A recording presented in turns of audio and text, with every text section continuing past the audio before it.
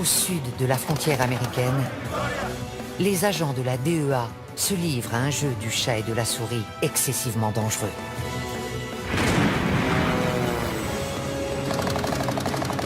Dans toute l'Amérique centrale, ces flics d'élite combattent les cartels. On n'a jamais vu ce genre de bateau. Le flot de cocaïne d'inonder le marché nord-américain. Il y en a une sacrée quantité. Il en sort de partout.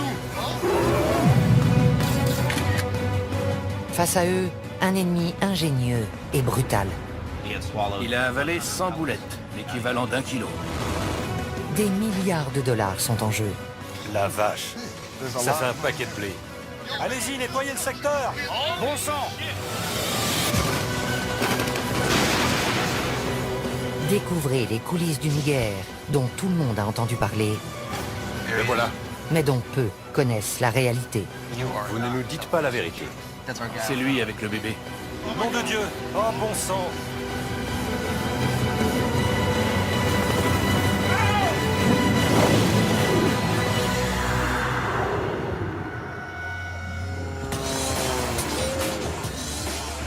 Chaque année, la Colombie expédie près de 450 tonnes de cocaïne vers le nord. Valeur à la revente, 67 milliards de dollars.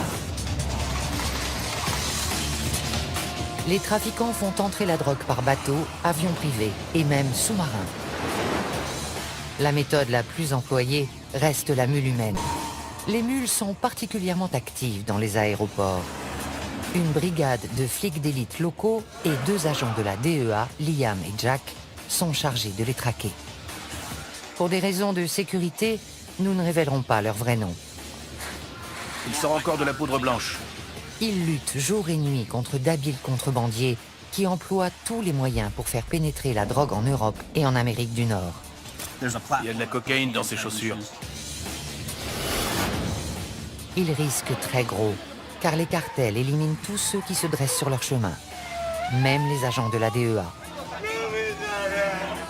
Giovanni était mon bras droit, mon bras armé. Cette semaine, Liam et Jack ciblent les aéroports de Bogota et de Medellín. Mission, faire quadriller les lieux par des équipes de policiers spécialisés et prendre les mules sur le fait. Il est essentiel de contrôler le trafic des mules, parce que c'est une importante source de renseignement. Ils se dirigent vers l'aéroport Eldorado de Bogota, où sont effectuées 80% des saisies dans les aéroports colombiens. On l'appelle le monstre. La police des stupes l'appelle l'école. C'est ici qu'on apprend comment ça se passe. Il y a quel vol ce soir?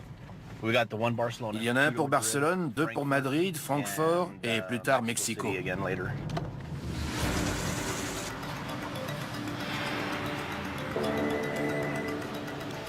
Allô?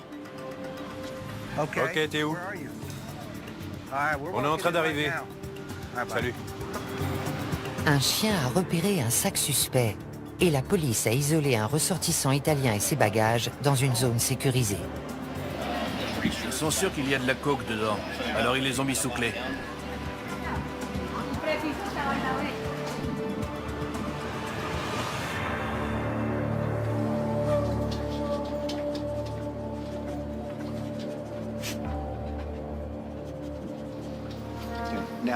Ils vont fouiller. D'où il vient? Il est italien. Il allait où? Il allait à... Parmi les vêtements, ils découvrent un objet que Liam a déjà vu dans les bagages des mules. On tombe très souvent sur des médailles religieuses. Lui, il a une croix. Il pense qu'ils vont échapper à la... Mais c'est curieux. C'est pas le genre de choses qu'on jette au fond d'une valise. C'est une protection? Pour que Dieu veille sur moi pendant le voyage. J'allais être avec ma petite amie.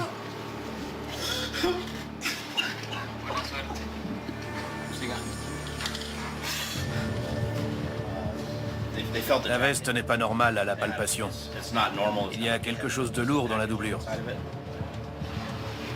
Il perce le tissu pour récupérer la substance et la passer dans ce test de détection positif à la cocaïne.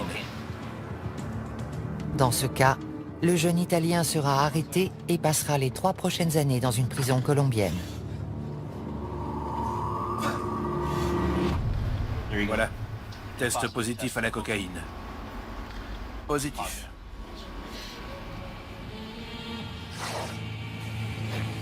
L'odeur mordante de la cocaïne passe difficilement inaperçue. Les contrebandiers ne manquent pas d'astuces pour tenter de la dissimuler. Il y a un agent de masquage. C'est peut-être un détergent utilisé pour couvrir l'odeur. J'ai un téléphone. Si vous voulez appeler quelqu'un hors de Colombie, Si je dis ça à mon père, il va faire une crise cardiaque. Ça va le tuer. Il faut surtout pas qu'il le sache.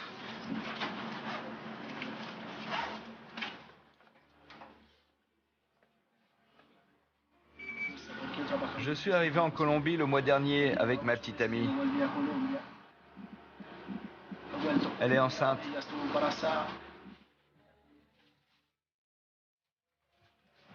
Je l'ai fait pour l'argent, pour pouvoir créer une entreprise, parce que je ne voulais pas qu'elle me quitte.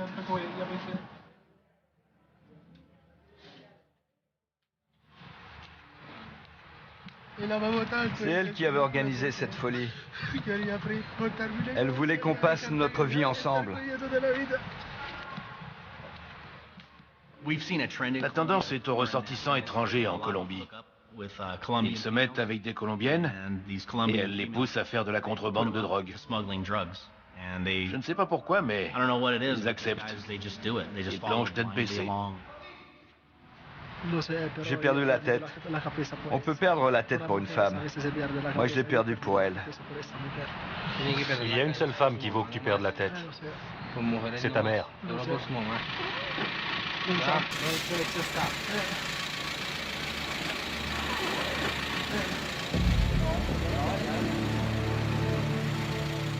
Le boulot de Liam et de Jack ne se résume pas à arrêter des mules. Leur objectif principal est de les suivre jusqu'à la source. Au revoir. La mule est tout en bas de la pyramide. Au-dessus, il y a le recruteur. Du recruteur, on peut remonter à l'emballeur. Il y a les expéditeurs colombiens et il y a un destinataire. Et puis il y a le boss. On essaie de démanteler toute la chaîne. Près de l'aéroport de Medellín, les trafiquants nous ont accordé le rare privilège de pénétrer dans leur monde. Ces gens sont ceux que Liam souhaite coffrer à tout prix. Cet homme, que nous appellerons Carlos, est un spécialiste, un emballeur dans le jargon du narcotrafic. On ouvre le lecteur de DVD, il y a plein de à l'intérieur. Je peux mettre quelque chose ici, ici et ici. Il est fier de son travail, mais il le fait rarement en public. Regardez. On dirait un câble de DVD tout à fait normal. Cette activité peut lui rapporter jusqu'à 11 000 $ par mois. Je gagne beaucoup plus que n'importe quel salarié. Je gagne en un mois ce qu'une personne normale gagne en un an. Carlos ne pourra jamais quitter le cartel, même s'il le souhaitait. Il en sait beaucoup trop. Tu bosses ou t'es mort. Il n'y a que 2 options. Tu les connais, tu sais comment ils travaillent, comment ils expédient la drogue. Ce serait très difficile de les lâcher. Tu fais ton boulot et tu la fermes, c'est mieux.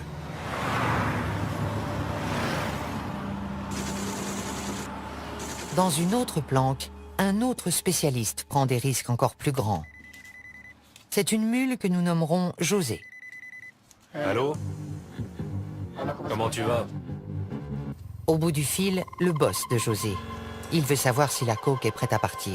Oui, ils viennent d'arriver. Marty a envoyé des chocolats.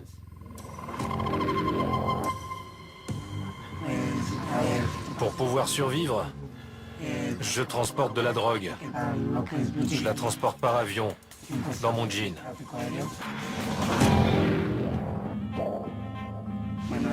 Ça, c'est mon jean normal. On le transforme.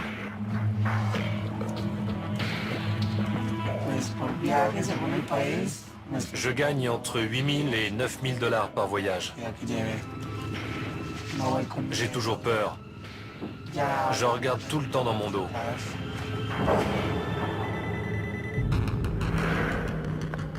Un autre appel. Cette fois, ce sont les directives.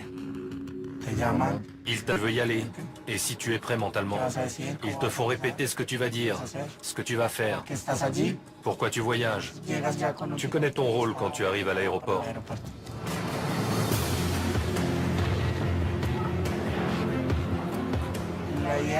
Le but, j'essaie de beaucoup parler avec les préposés qui s'occupent de moi, parce qu'ils observent ton attitude et ta personnalité.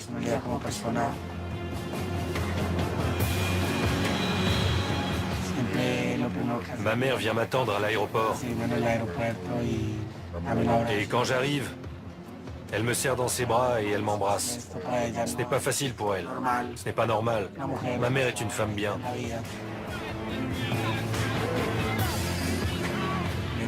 Je risque de me faire arrêter à l'étranger et de prendre 30 à 35 ans de prison. Ça vaut le coup. C'est nécessaire.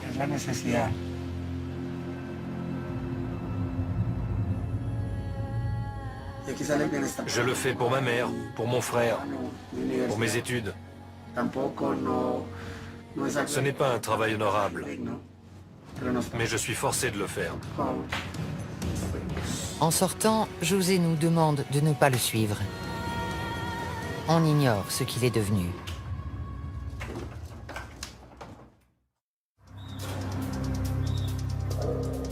Au terminal de fret de l'aéroport de Bogota, les agents de la DEA et leurs collègues colombiens viennent de découvrir de la cocaïne dissimulée dans un colis d'aspect anodin. L'imagination n'a pas de limite. Ce paquet était expédié en Angleterre. C'est un livre pour enfants. À première vue, il a l'air normal. Mais il dit qu'on a dissimulé de la cocaïne dans la couverture. Vous voyez, à l'intérieur de cet os, ça vire au bleu, c'est de la cocaïne. Intéressant. De la cocaïne cachée dans ses paires de sandales. De la cocaïne dans les poignées de ses instruments dentaires. Les hommes de la brigade des stupes colombienne sont les meilleurs du monde. J'ai commencé à travailler avec eux à mon arrivée et j'ai vu des choses hallucinantes. Je me demandais comment ils faisaient pour découvrir tout ça. Je crois qu'on nous en apporte un autre.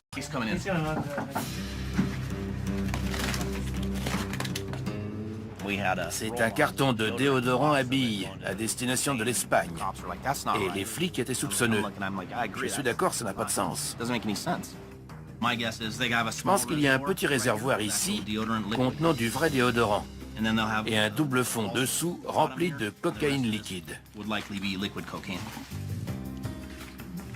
Je vais passer pour un crétin si je me trompe. Mais d'après mon expérience, je dois être dans le vrai. Perce un petit trou ici. Liquide.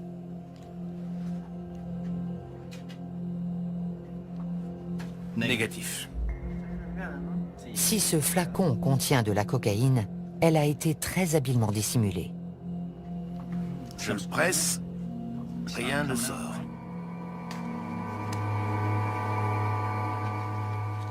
Bleu, positif, cocaïne. Il y a bien de la cocaïne, comme je l'avais dit. Je me sens moins bête. C'est de la cocaïne liquide. Encore un point pour les flics. J'aime la chasse. Une bonne journée pour moi, c'est avoir des informations et remonter la piste.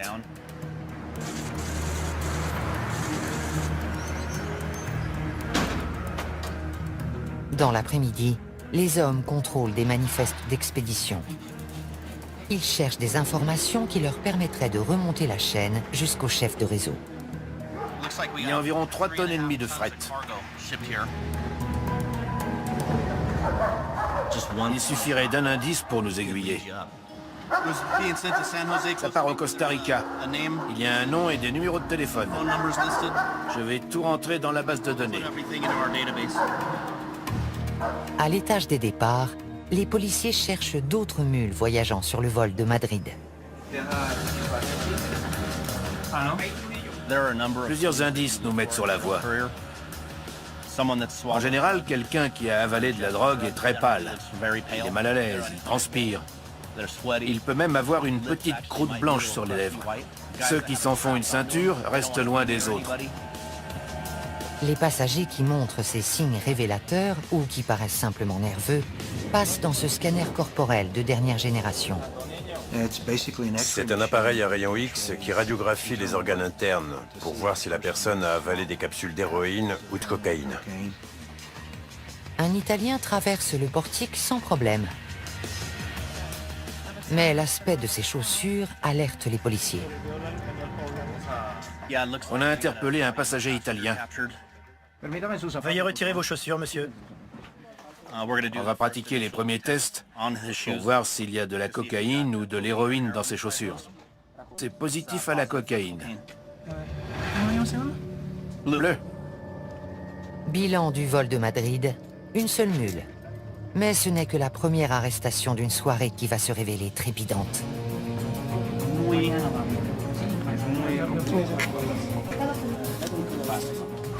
Il pèse très lourd. Trop lourd. Un petit échantillon? Voilà. Cocaïne. Il y a de la cocaïne liquide dans ce jean. On voit de la cocaïne liquide au quotidien depuis environ 1 an et demi. On en saisit beaucoup parce que c'est facile à dissimuler.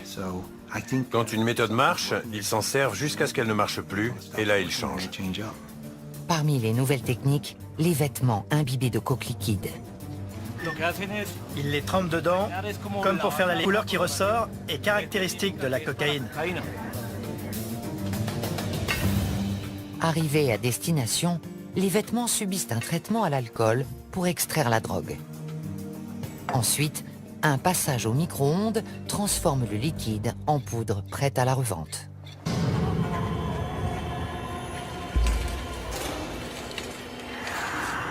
Toutes les formes de contrebande sont risquées, mais la méthode la plus dangereuse est celle des bouletteux.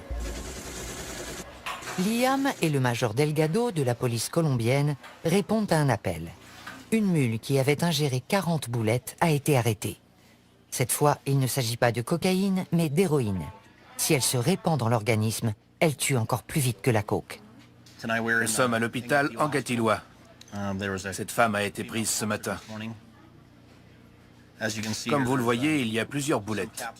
Le test préliminaire s'est révélé positif à l'héroïne. Normalement, un policier accompagne la personne aux toilettes et la regarde expulser les capsules. Ensuite, il lui fait laver les matières fécales, puis il place les boulettes dans une pochette en plastique.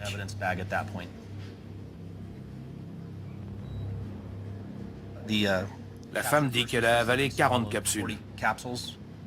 Jusqu'à présent, elle en a expulsé 36. Il en reste 4. Elle espère qu'elle va les expulser bientôt, parce qu'elle craint pour sa vie. Malheureusement, sa vie n'est pas seule en jeu. Elle est enceinte. J'étais obligée de le faire. Je suis au chômage et j'ai besoin d'argent pour nourrir mes enfants. J'ai honte. Je viens d'une bonne famille. Il ne pouvait rien arriver de pire. J'ai déshonoré mon nom. Les miens vont me rejeter. Je sais qu'une longue route m'attend. Je m'inquiète pour mes enfants. J'ai fait ça pour eux. Liam a entendu des centaines d'histoires tragiques, de mauvaises décisions prises pour de l'argent facile. Ils peuvent se faire beaucoup d'argent. S'ils réfléchissent à court terme, ils trouvent que ça vaut la peine. Ils pensent qu'ils ne se feront pas arrêter. Mais on les prend à tous les coups. Ça ne vaut pas la peine. Ils peuvent y laisser la liberté ou même la vie. Mais pour ceux qui les emploient, les bouletteux ne valent que le produit qu'ils transportent. Pour préparer la cocaïne à être ingérée, elle doit être emballée dans des capsules de préservatifs.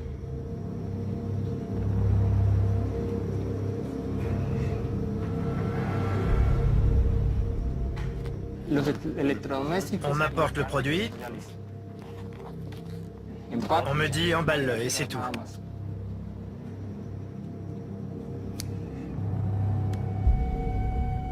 Je ne sais pas qui le transporte.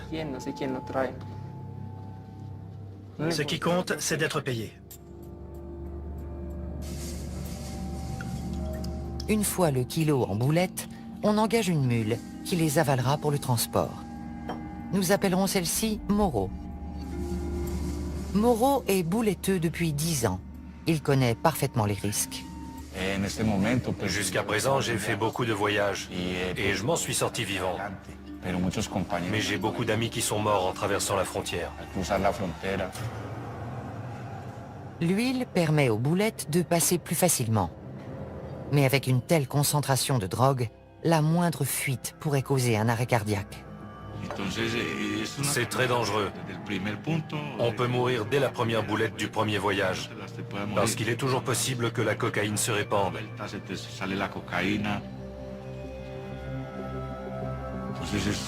C'est le métier de la mort. Quand on part, on ne sait jamais si on va arriver en vie. Ça me terrifie.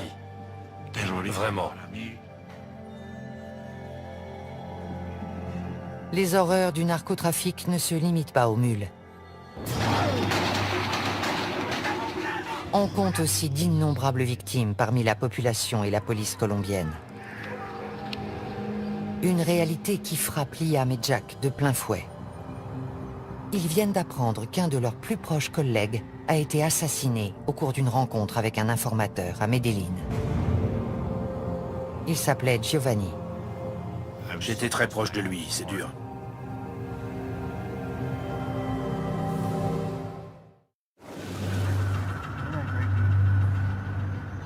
Liam et Jack se rendent à Medellín, où ils comptent investir l'aéroport pour la seconde phase de leur opération coup de filet. L'objectif de ce voyage dépasse le strict cadre de l'arrestation de mules. Ils veulent trouver les assassins de Giovanni. Je vais à Medellín pour des raisons personnelles. Un de mes meilleurs amis a été tué. On vient coordonner l'enquête sur son assassinat. L'ancien bastion de Pablo Escobar demeure l'épicentre du trafic de drogue, un terrain très dangereux pour la DEA. Tout policier risque la mort à Medellín. Il faut être sur le qui-vive. Quand je viens dans cette ville, je suis prêt à tout. J'ai repéré une moto blanche derrière nous. Elle nous suit depuis une dizaine de minutes. Le conducteur s'intéresse beaucoup à nous. Il n'arrête pas de nous regarder. Il n'est peut-être pas dangereux, mais il pourrait appeler quelqu'un pour dire qu'il a vu quelque chose de bizarre. Les trafiquants sont peut-être déjà au courant de leur présence. Mais Liam et Jack continuent jusqu'au jardin botanique où Giovanni a été abattu. Giovanni était l'un des meilleurs policiers que j'ai rencontrés. Il avait un cœur de lion. Il ne connaissait pas la peur. Il faisait un boulot formidable et ça rejaillissait sur moi. Je me reposais sur lui. C'est là? On peut se garer à l'intérieur? C'est arrivé à 7h25 du matin. Il devait y avoir autant de monde que maintenant. Faut être vraiment gonflé pour faire ça en plein jour. Giovanni croyait avoir rendez-vous avec un informateur quand il a été tué de sang-froid devant des centaines de personnes. D'après les preuves matérielles et les photos de la scène de crime, le véhicule de nos hommes était garé dans ce sens. Le conducteur et le passager à l'avant, personne derrière. 2 tueurs se sont approchés par les côtés. L'un du côté du conducteur, l'autre du passager. Ils ont ouvert le feu. L'un d'eux est arrivé à la hauteur de la portière passager. Il a éjecté un magasin, en a mis un autre et a recommencé. Puis il a reculé. Et ils se sont enfuis. Ils étaient entraînés. Ils avaient une expérience militaire vu la façon dont ils se sont approchés du véhicule et dont ils tenaient leur arme. Ils la tenaient pas comme des gangsters. C'était pas leur premier assassinat. Ils vont ratisser le quartier en quête de renseignements. On doit aller à plusieurs endroits, mais vous ne devez pas vous montrer. Est-ce être présent ce jour-là? D'autres gens qui sont souvent dans le coin. Peut-être. Vous devriez aller voir par là. Est-ce que la police a demandé la vidéo de surveillance? C'était là. L'homme à qui il parle a une vue parfaite sur la scène de crime. Mais il prenait sa douche au moment clé. Personne ne sait quoi que ce soit sur l'assassinat. Il y avait des yeux partout, mais personne n'a rien vu. Pour nous, cela signifie que la Oficina contrôle le quartier. La Oficina de Envigado est un syndicat de tueurs à gages, le groupe le plus meurtrier de Colombie. La Oficina a toujours été un élément criminel violent. Ils sont furieux parce qu'on a arrêté quelques chefs haut placés et je suis sûr qu'ils seraient ravis de tuer ou de blesser un membre de la DEA. Malheureusement, notre mini-quadrillage n'a pas donné grand-chose. Le pompiste travaillait ce matin-là. Il a entendu les tirs, mais il n'a rien vu. Le portail était ouvert, mais nos hommes ne sont pas entrés. Ils se sont garés là. Ça me paraît bizarre, parce qu'ici c'est un trottoir. Pourquoi n'ont-ils pas été plus loin pour libérer le passage? C'est une rue complètement dégagée et très fréquentée. Drôle d'endroit pour une fusillade. Je crois que la Oficina voulait que l'assassinat soit public. Elle voulait envoyer un message. Il y a sans doute eu des centaines de témoins, mais personne ne parle. Le quartier est sous leur coupe. Les gens ont peur de parler.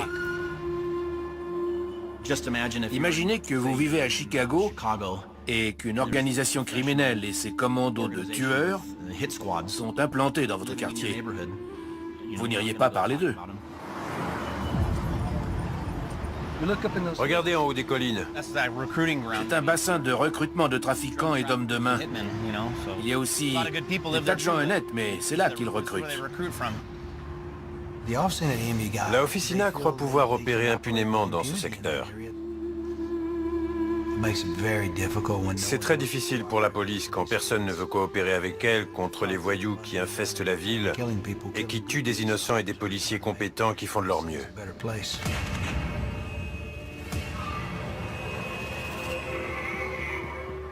Caché dans ces collines, un tueur à la solde d'un cartel a accepté de nous confier sa vision de la guerre en cours. Il se prépare pour son prochain contrat, qui ne lui rapportera que 400 $.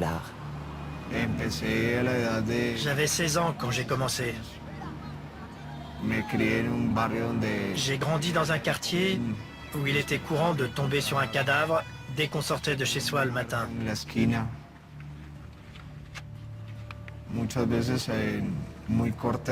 Quand on est très jeune, l'esprit assimile ce genre de choses.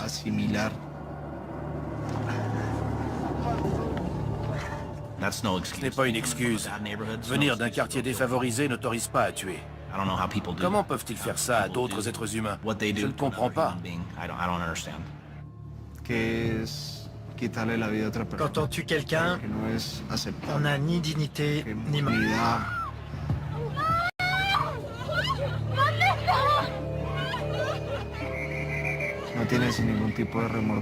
On n'éprouve aucun remords. On ne se sent pas coupable. Et chaque fois, c'est plus facile. On devient plus impitoyable. Je suis un instrument. Une marionnette entre les mains de gens puissants. Ils se servent de moi pour imposer leurs lois à tout prix.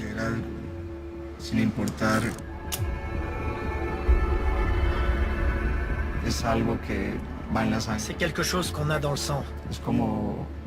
Comme un fil dans un tissu. Quand on commence à tirer dessus, on ne s'arrête plus. Il n'y a pas de compassion.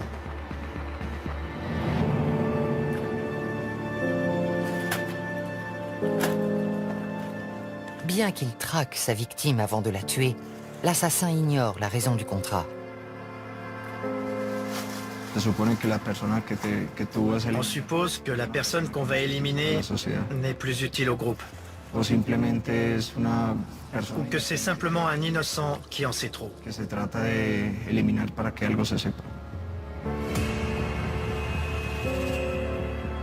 Aquí tenemos lo que es un arma larga que Ce fusil sert pour les boulots où on doit percer des gilets pare-balles. requieren romper blindajes. De igual forma, Avec le pistolet, on tire, puis on le cache.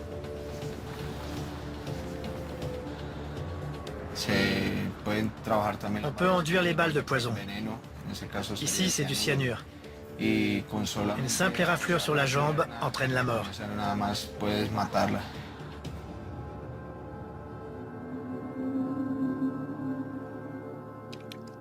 Tocarlas con agua bendita. On lave les balles à l'eau bénite Se hace la oración et on récite la prière de l'assassin.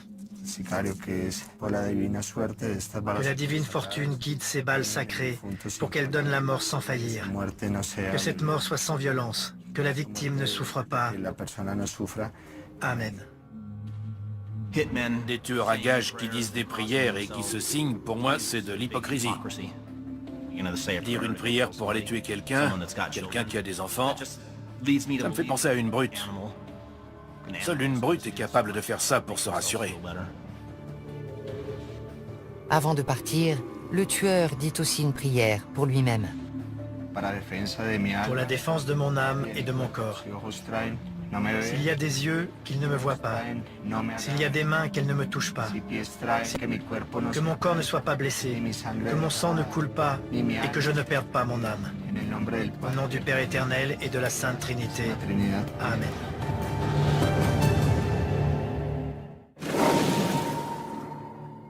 L'opération Coup de filet se poursuit toute la semaine à l'aéroport de Medellín. Une suspecte est dirigée vers le scanner corporel. Les rayons X montrent des images très bizarres, de taille et de forme identiques. Ce n'est pas normal pour des organes internes. C'est la première fois que je vois ça et j'ai vu des milliers de scans corporels. On dirait des entrailles d'extraterrestres. C'est très étrange. Une heure plus tard, Liam et Jack se rendent aux urgences pour prendre des nouvelles de la jeune femme, dont la vie est en danger.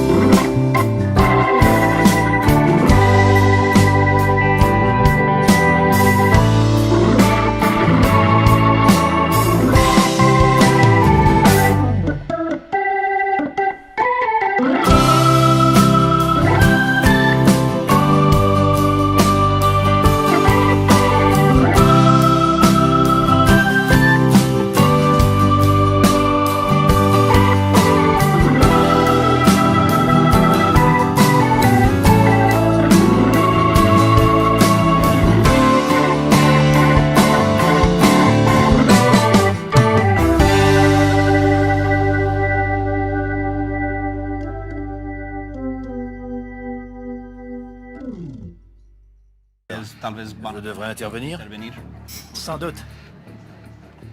D'après le médecin, si ces boulettes mal faites restent plus de 48 heures dans le système digestif de la patiente, c'est la mort presque à coup sûr. Il lui est arrivé de devoir ouvrir entièrement la cavité abdominale pour les extraire. Si la jeune femme a pesé les conséquences de sa décision, son recruteur a certainement minimisé les risques. Ils leur disent « T'inquiète pas, on a payé les flics, on le fait tout le temps.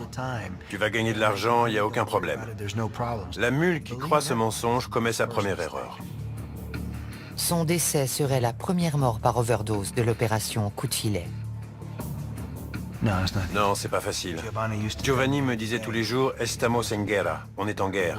« Somos un equipo, estamos en guerra ». On est une équipe, on est en guerre. C'était son leitmotiv. Ce soir, la guerre pourrait faire une nouvelle victime. Mais pour Liam et Jack, une petite victoire se profile. On a trouvé un témoin potentiel du meurtre de Giovanni.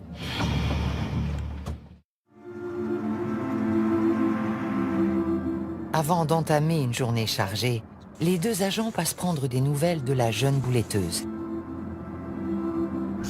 On fait juste un saut à l'hôpital pour voir comment elle va.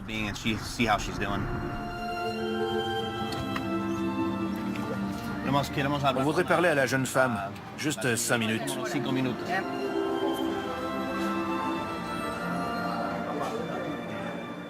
Je crois qu'elle est aux toilettes. Elle a expulsé la dernière? La dernière est passée.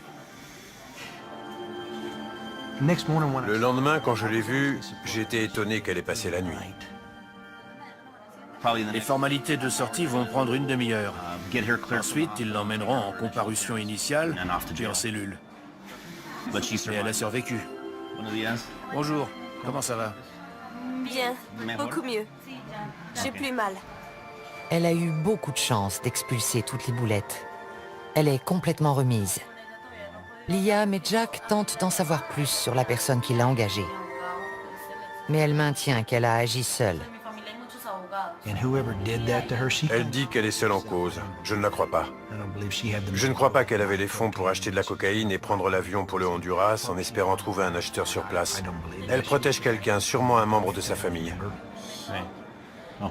Bonne chance et merci beaucoup. Merci.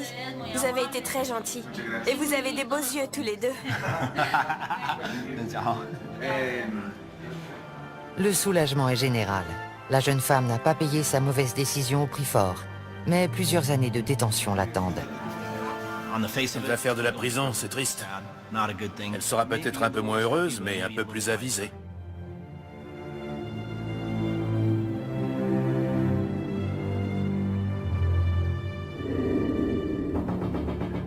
Dans l'après-midi, Liam et Jack apprennent qu'un coup de fil important a été intercepté.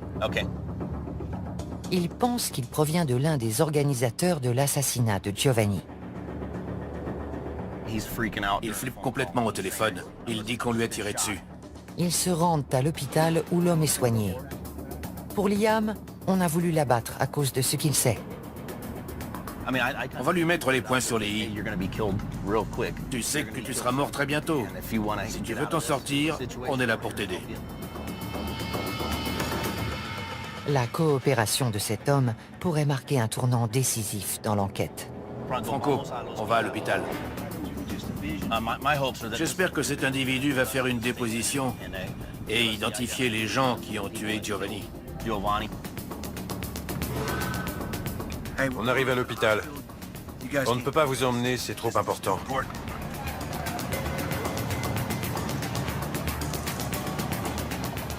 On voudrait l'interroger. Il vient d'être blessé.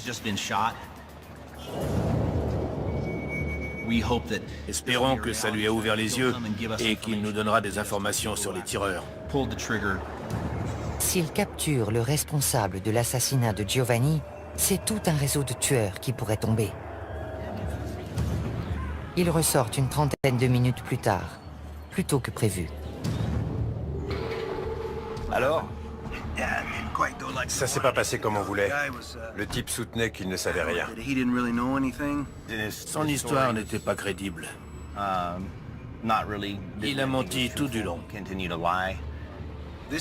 Regardez l'homme qu'on vient d'interroger. Il est couvert de sang, des pieds à la tête. Il a nié tout en bloc. Il n'a montré aucun remords pour ce qui est arrivé à nos flics. Aucune volonté de nous aider. Et il ne craint absolument pas pour sa vie. L'individu redoute bien davantage les assassins de la Oficina que d'être incarcéré par la DEA. À cause de son silence, l'enquête piétine.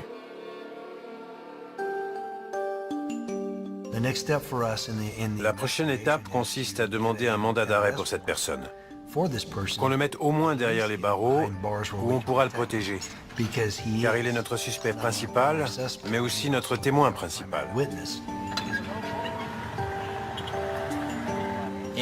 On emploie toutes les méthodes d'investigation possibles. C'est ma façon de lui rendre hommage. J'essaye de résoudre l'affaire et je reste en contact avec sa veuve. C'est important. Il aurait fait pareil pour moi. On n'enquêtait pas sur la Oficina de Envigado, mais maintenant on les a dans le collimateur. On n'oubliera pas, on ne laissera pas passer.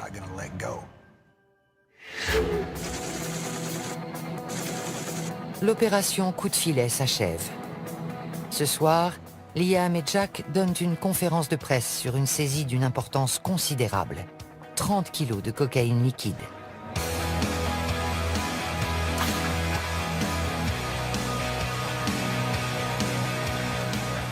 Chacun de ces sachets d'apparence anodine contient un ballon de la plus pure cocaïne liquide. Elle a été dissimulée avec art, mais c'est le boulot de la DEA. Vous avez essayé de ce côté? Non, je le sens au toucher. Pas à l'odeur. Ils sentent rien, mais eux, ils ont reniflé plus de cocaïne que moi. Si vous l'ouvrez normalement et que vous pressez dessus, il sentira de la mayonnaise ou du ketchup. Et vous ne sentirez pas la cocaïne. Mais dès que vous percez le sachet, l'odeur de la cocaïne couvre tout. Celui qui l'a emballé a fait du bon boulot pour la masquer. C'est une bonne méthode de contrebande. On a tout vu ici, dans le pantalon, les vêtements imbibés. Leur imagination en matière de cachette n'a pas de borne. Cette saisie est une victoire pour la DEA et ses collègues colombiens. Et alors même qu'ils se réjouissent, les trafiquants échafaudent de nouveaux plans et expédient des tonnes de drogue vers l'Amérique du Nord. On nous demande si ça vaut la peine, si on change quelque chose. Il n'y a pas de doute, on est efficace. La présence de la DEA en Colombie a réduit le trafic de drogue. Depuis mon arrivée, la sécurité publique s'est améliorée. L'économie et la population s'en trouvent mieux. Soldats dans une guerre d'une violence inouïe, confrontés à la puissance de milliards de dollars, Liam et Jack poursuivent le combat.